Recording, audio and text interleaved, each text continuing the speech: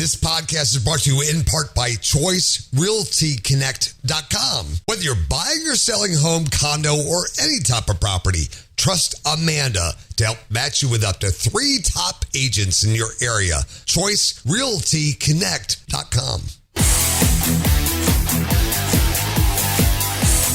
Hey, all you rock stars from Washington, D.C., this is the Rock on the Money podcast, episode 129. Time to talk about saving, investing, and protecting all those hard-earned monies. We are here to coach you along that path to retirement and financial independence. I'm Craig, your certified master financial coach. Along with Amanda, she is a corporate in-house lawyer and real estate referral agent, and we're so grateful you've joined us. Check us out on Facebook at facebook.com/rockonthemoney or the website at rockonthemoney.com. That's right. Got a neat little feature there on the website, Amanda. What kind of feature? Yeah, it's just a Facebook Messenger pops up if you go to Rock on the Money now. So if you're on the website, you can chat directly back to our page. If I happen to be around, I might answer it. But they can leave a message, texting and stuff like questions. That. Yeah, send your questions in and pop your question in the messenger and then we'll bring it into the show. Yeah, if you're lucky, we'll bring it into the show. If you're lucky. We have 6 questions here, Amanda. All right, let's jump right in. All right, so number 1, our AC is on its last leg. We don't have enough money to cover a new one. We have gotten a couple of quotes. I don't want to finance it, but what are some options you would do? Well, if you don't have the money to cover a new one and you have no other options, well, guess what? I mean, human beings survived thousands of years without air conditioning. Okay. Hold on a second. Hold on. You're down in Florida. What if this person's in Florida? I bet they find a side gig for the next month real quick. There you go. Necessity. That is true. And also, I mean, can you live with we're pretty harsh here, but we are. You could go buy portable air conditioners. Mm-hmm. Yep. Window air conditioning. There are temporary ways to do it until you can raise the money. That's right. Yeah. So I mean, this is one of those things where it's not food or reasonable shelter. AC, while it feels like a need, is something I would put into a want category. There are other options for cooling that can get you through until you can afford it. If we were in Europe, this question would never come in. You know why? They don't have AC. They don't have AC. That's my point. That's an American thing. Once again, that's an American and a Canadian thing. Yeah. So many places in the Northeast don't have air conditioning.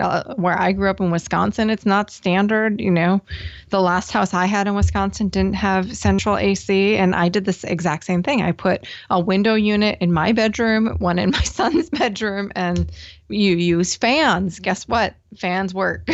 Yeah. It doesn't lower temperature, but it does on your skin. So. And it will help circulate the cool air from the window units. And, you pull your blinds, keep it dark, sunshine's not warming up your house. But there are ways that you can get by without an air conditioner until you can afford to replace it.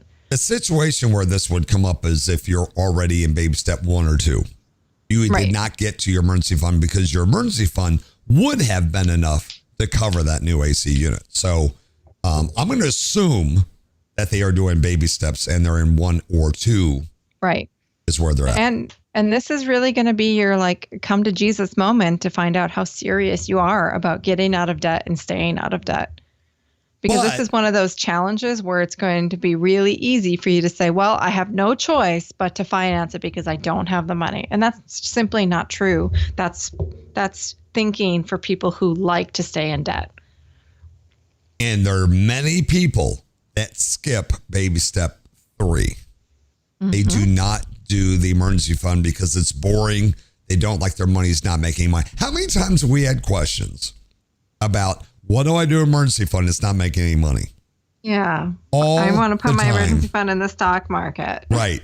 No. So, people skip that question and then this shows up and guess what happens? You're right back into baby step 2 and you're in this endless cycle and you're never going to get out. You have to have an emergency fund. Plain and simple. This is your moment. This is a fork in the road for you. You're going to figure out how you're going to limp along without fixing your full house AC unit until you can afford it. And that might be making some comfort sacrifices and maybe picking up some side gigs. Amanda, I just replaced a whole unit and I paid cash for it from my emergency fund. And it was expensive. It was, what did I say, $12,000? Yeah. For the first time. I mean, because you don't replace them that often. It was just nice to know, right? Here it is. Yeah. I mean, I get it. It's not super convenient. In the summertime in my house in Wisconsin, when I had just the unit in my room, guess what? That's where I sat and watched Netflix. There you go. Because it's cooler there. And you learn not to sit where it's hot in the house. And you figure out a way. We're not being radical. I know a lot of friends who have done that, by the way. Yeah. It's not normal. There's no AC in homes in Europe. There's none in the Northwest. There's none in a lot of places in the Midwest. You will survive, I promise. Question number 2. We're so harsh. How many people are still with the podcast with question number 2? I don't know. Did everybody just shut us off? They're like, they're unrealistic. They're not going to live without AC. I'm going to go charge I'm telling you, I did. Question number 2. My husband and I are looking to replace our vehicle in about 5 to 10 years. We have 2 boys, so we will be living the youth sports life. Any suggestions on mid-sized vehicles that we can start saving for? We are going to buy used, of course. Good way of asking this question. Wow, this is a really forward-looking planning here. This is someone who must be listening to the podcast because they've made our answer very simple. Well, so here's what's difficult about this. I don't know that we know what kind of cars are going to be available in a decade. Oh, my God. You know how much? That too. Oh, that's great. 5 to 10 years. Oh, I don't know. Yeah, so I think you just have to go based off of the information you have now and like what's a reasonable amount of money to have in cash for a car. By the way, have you looked at the prices of used cars lately? You know what? I saw that there's a shortage and even dealerships are paying through the nose like $6,000 over. It is insane trying to get a vehicle right now. I would not want to get a used car right now. Yeah, I would avoid getting a vehicle if anyone can. Anyway, we have gone through the top 10 used vehicles that are 2 to 3 years old, which is what we recommend from Consumer Reports. That list is going to be drastically different in a decade. However, the Camry and some of these vehicles are always around. Like, I don't know what version of a Honda Accord will be here in 5 to 10 years. I still believe like a Honda Accord, a Camry will still exist in some form. It might be an electric. I mean, most of these manufacturers are making commitments to go completely electric. But I think it'll be electric though. I think there'll be an electric one. Self-driving cars, who knows? Well, that's what everything's supposed to go to. That if you need a ride, you don't own a car. You just pull out your device, your Google Glass or whatever. You ask for a vehicle, it shows up. There's nobody in it, and you get in it. That's what they're working to. Just put some money away that would be a reasonable amount of money to replace it with a used car. Okay, so I'm putting you on the spot. What do you think that amount should be for 5 to 10 years from now? For a family like midsize and something that's only 2 to 3 years. In 10 years, factoring in a potential cost of inflation, I would say $25,000. I'm with you. That's what I was thinking. For a good, solid, used 2 to 3 year old car, 20 to 25,000 off the lot. I'm with you. We'll go with that. So that's what I'll say. And then in 5 to 10 years, when you're at that point, pull out Consumer Reports. All right. Question 3. Wife and I are in a bit of a pickle. Our car engine is gone. No oil change. Oops. And our emergency. Oh, yeah. And our emergency fund is not going to cover the full job. Here's another emergency fund question.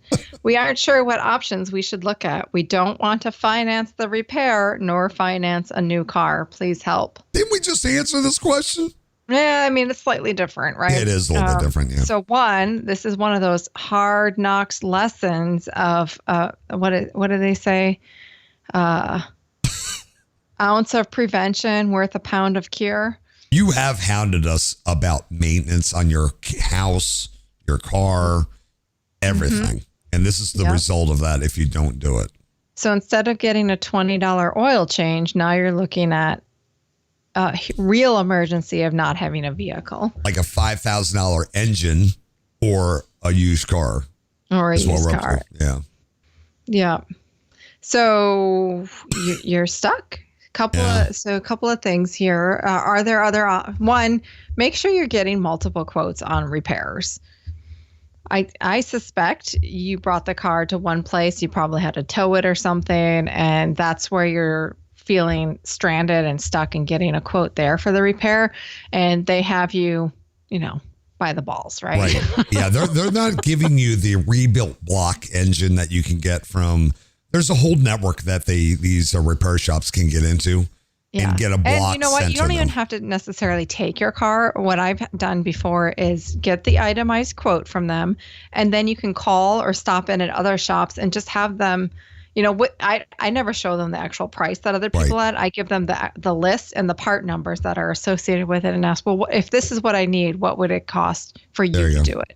Yeah. And again, don't show them the price because then they're just going to undercut it slightly and to give you a better deal. But you want a much better price. So get at least 3 quotes, and maybe, you might be surprised if the price gets cut in half. Maybe you don't have to finance the repair and you can get it fixed. There you go. Aside from that, there are getting a not so new car, some kind of junker for a couple $100, just something to get you from point A to point B. There's surviving without a car, ride a bicycle. It's getting to that time of year when the weather is nice. And even when it's raining, you can suck it up and ride your bicycle if you're within riding distance. My husband's been riding his bike back and forth to work lately. Yeah. Mm-hmm. Yeah. And so, you may have to get creative. And if all else fails, unlike air conditioning, I do understand that transportation can be an emergency if it's necessary to get you between your home and your place of employment to continue to make money. There you go. So I would exhaust all other options. But if it comes down to it and this is something that, you have no option except to finance, then you may just have to go that route. And I'm going to assume they were still building that emergency fund because once again, if they had a fully funded emergency fund, this would not happen. Mm-hmm. Again, so 2 examples of an ounce of prevention is better than a pound of cure here. This is what happens. This is called life, people. Like me and your refrigerator, your pool, your dog, my AC unit. This is life. It happens to everybody. The emergency fund will make or break your entire life. It really will. Because it's not the only thing that's going to happen to these people. Next will be a dishwasher, a roof. There's always going to be something. You know what I realized is in the last 2 years that we've been in this house, I have replaced the microwave, the dishwasher, and now the refrigerator. And now, just by pure chance, I happen to pick out the same brand, and now they're all matching. Boy, are you lucky. I know. I saw it the other day. I'm like, oh my gosh, we have matching appliances now. Right. Hey, let's take a break. If anybody is still with us after us telling you to suck it up, we have 3 more questions coming up. And we promise it will have nothing to do with your emergency fund. I promise. Okay. I haven't looked ahead, so I don't know if he's lying to you. You're listening to Rock of the Money.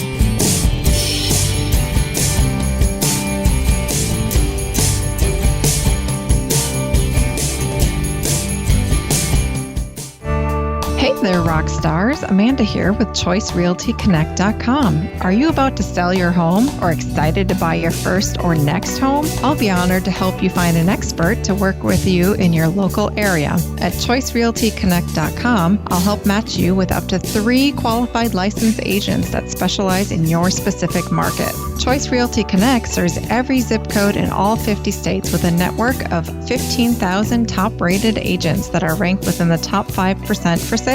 Whether you're selling or looking for a condo, new construction, retreat, vacation property, or you're a first-time home buyer, let me connect you with the perfect top agent today. ChoiceRealtyConnect.com. The choice is yours. Amanda Braun is a Florida licensed real estate with a brokerage Realty Connect. Rockland, USA.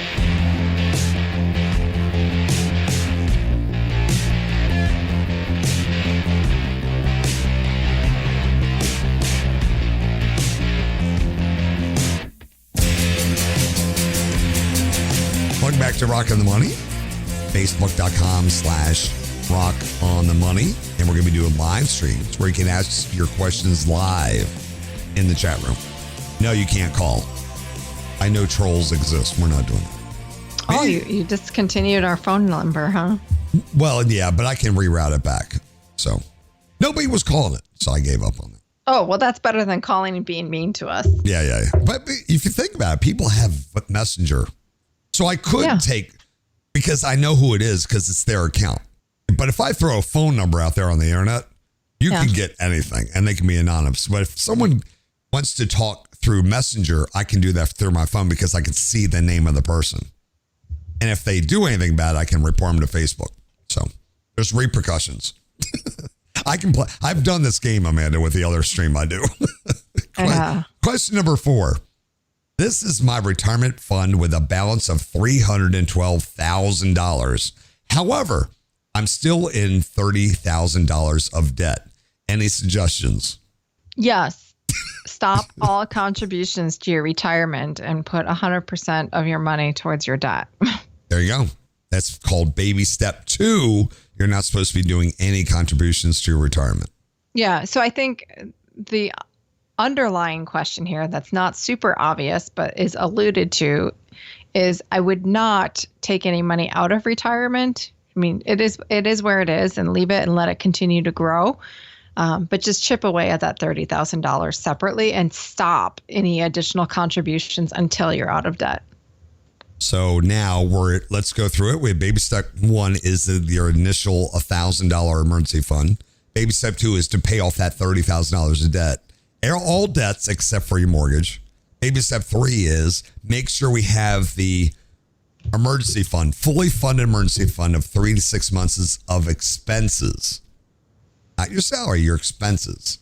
And then you can start up that retirement fund again. Yeah. All right. Question number 5, tax question. Hubby and I went from making just over $100,000 to $200,000 this last year. Now we owe an additional $7,000 in taxes and can't use our rental as a write-off. Does this sound right to you? I put this in here because they mentioned the rental part. Yes, it does sound right. So, okay.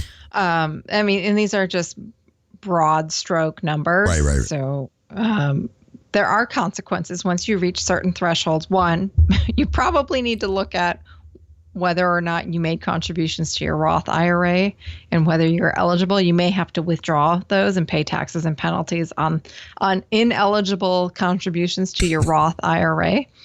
And you may, in addition to the taxes that you already owe. The rentals, so this is interesting. At a certain income level, the ability to write off losses from rentals phases out. But my understanding is, and again, I'm not a tax expert. That's what I pay a really good tax expert to do. Mm-hmm. Yeah, exactly. But the way he's explained it to me is it would roll over until, and it would offset any gains you have in the future. So if your rental lost money this year, for example, and that's the only way you'd, quote unquote, write it off would be the losses. You don't just get to write off expenses, but you would write off any losses. Then next year, when your rental, let's say, is profitable, you could subtract this year's losses from that year's profit. So it would reduce the taxable amount of that profit in the future. Oh, that's not so bad then. So it's not like it's completely gone. But again, your particular circumstance may differ. So make sure you're speaking to your tax professional. Sounds like you have one that you're working with, but continue to work with them. But yes, it does unfortunately sound right. This is another case of you're winning and it's the cost of winning. I get it. It doesn't feel like winning when you get that bad news. You know what's funny is when everybody that's at the lower income levels, they're always harping on the people that have money. They need to pay more. They don't realize that a lot of things and benefits that lower wage earners have don't exist higher up. And you actually are paying a lot more, or you don't have the ability to write things off like you used to. Yeah. And people don't understand that. Yeah. Yeah. You can't do Roth. You can't do this. And so all those benefits are not there because they're trying to keep equality in there somehow. That's why those are there.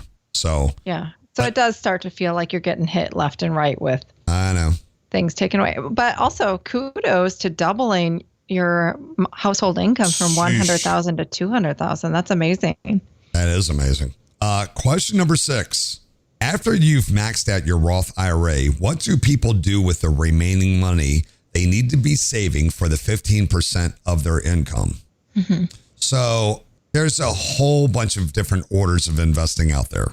There's a general one that we kind of go with, and we can move this around a little bit, but here's the general order of investing that we like. Your company matches your 401k. If you have one at your work, your 401k, a Roth 401k, at least get the company match. That's free money. And if your company doesn't offer a Roth 401k, or I should say after-tax contributions to your 401k, then get the match the traditional route, but don't lose the match. Right. And the match is always traditional. You have to convert that to Roth if you want, but always, every I just order want to make investing. it clear, and we talked about it in the last episode, that just because your company doesn't explicitly say they have a Roth 401k, again, Roth is just the name for how you're contributing. So 401k in general. But every order investing that you find out there, that is always the first one. After that, the match, it's free money. You do not turn down free money.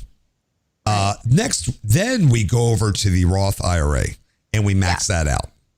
That's on your own. And then we have to fund it. Then we have to put it in something. If you're eligible. IRA. Then, like our friends in question 5 may not be eligible. No, they're winning. Winners don't get to do this. And then we go back to our employee 401k and we max that out. Mm-hmm. Then, so how much money is that right now? Let's say we're not too old yet.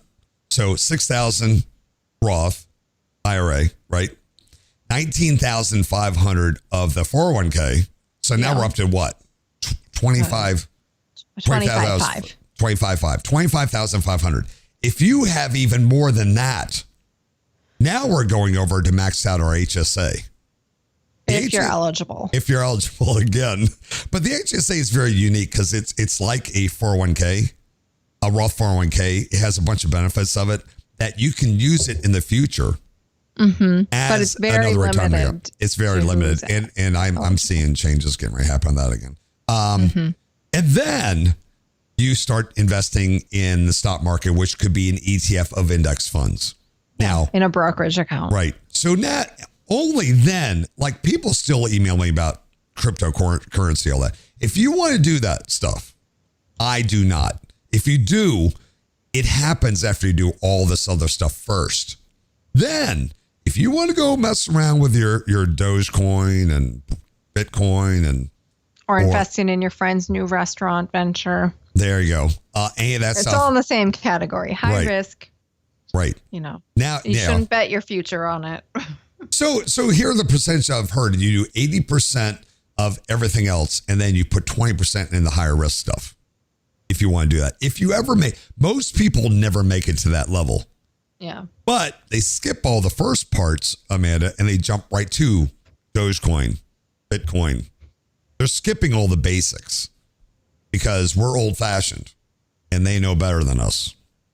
So please stick with the basics. You need your foundation of your house built first.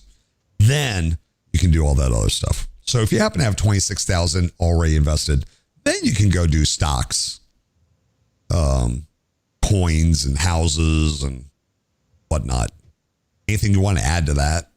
Nope, that sounds perfect. That's just the basics of the order of investing, which, once again, a lot of people don't want to do. And we only do that after we've done the fully funded emergency fund. We pay off all our debts except the mortgage, yada, yada, yada. Mm-hmm. So, there you go. It works, by the way, people. Ask any millionaire how they did it. You can find Amanda on Instagram and Twitter at Agile Amanda. And you can find me on all of your favorite social media platforms at Rockland USA. Don't forget to check out the website and subscribe to the podcast. All the links are right there on the front page, rockonthemoney.com. Please subscribe and leave comments to our podcast on Apple, Google, Spotify, or even your favorite app that you got right there on your phone. Those help us out a lot. If you're ever looking for a specific topic or content that we've produced over time, just go to the website and in the search bar, just type in your topic, be it 401k, stimulus check, or anything, and everything comes right up for you. We have so much gratitude that you've taken the time out of your day to listen to our podcast while you're walking, driving, traveling, or whatever you're doing. Please send us an email. Let us know how you're doing out there. Podcast at rocklandusa.com. So long, everybody. Thank you very much again. We'll see you again next time. America's Rockland USA. All opinions expressed by the host are solely their own and do not reflect the views of any company, affiliates, or advertisers. Investments or strategies mentioned in the show may not be suitable for you. Before acting on any information in the show, you should consider whether it is suitable for your particular circumstances and strongly consider seeking advice from your own financial or investment advisor.